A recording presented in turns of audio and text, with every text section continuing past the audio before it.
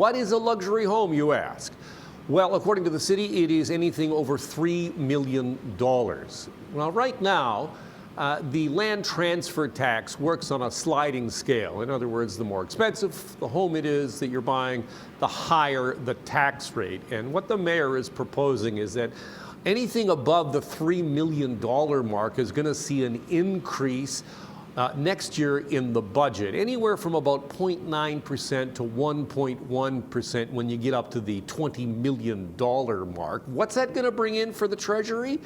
Well, we're talking about $152 million overall for the tax, but the increase itself is only going to bring in about $18 million more. Now, the reason the city says it's going to do this is because, well, the number of luxury homes being sold has remained constant, even though the market has seen ups and downs, and we're only talking about 2% of home sales citywide. Here's the mayor.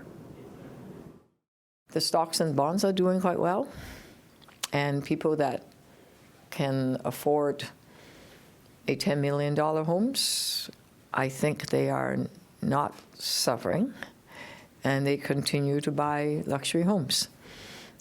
So ordinary families, if you heard, are feeling the squeeze. The budget is tight.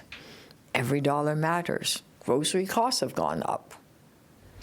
And but for those that are purchasing very expensive homes, it doesn't seem that the market is going south.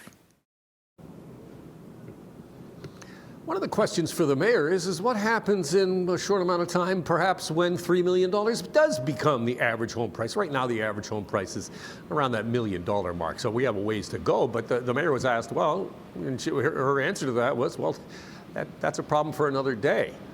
So again, what we're looking at here is an increase in the tax rate, the transfer tax. This is when you buy a new home, anything above $3 million is now, if this goes through in next year's budget, we'll see an increase in the property tax rate. And that, again, is expected to bring in about $18 million a year once it is fully in place.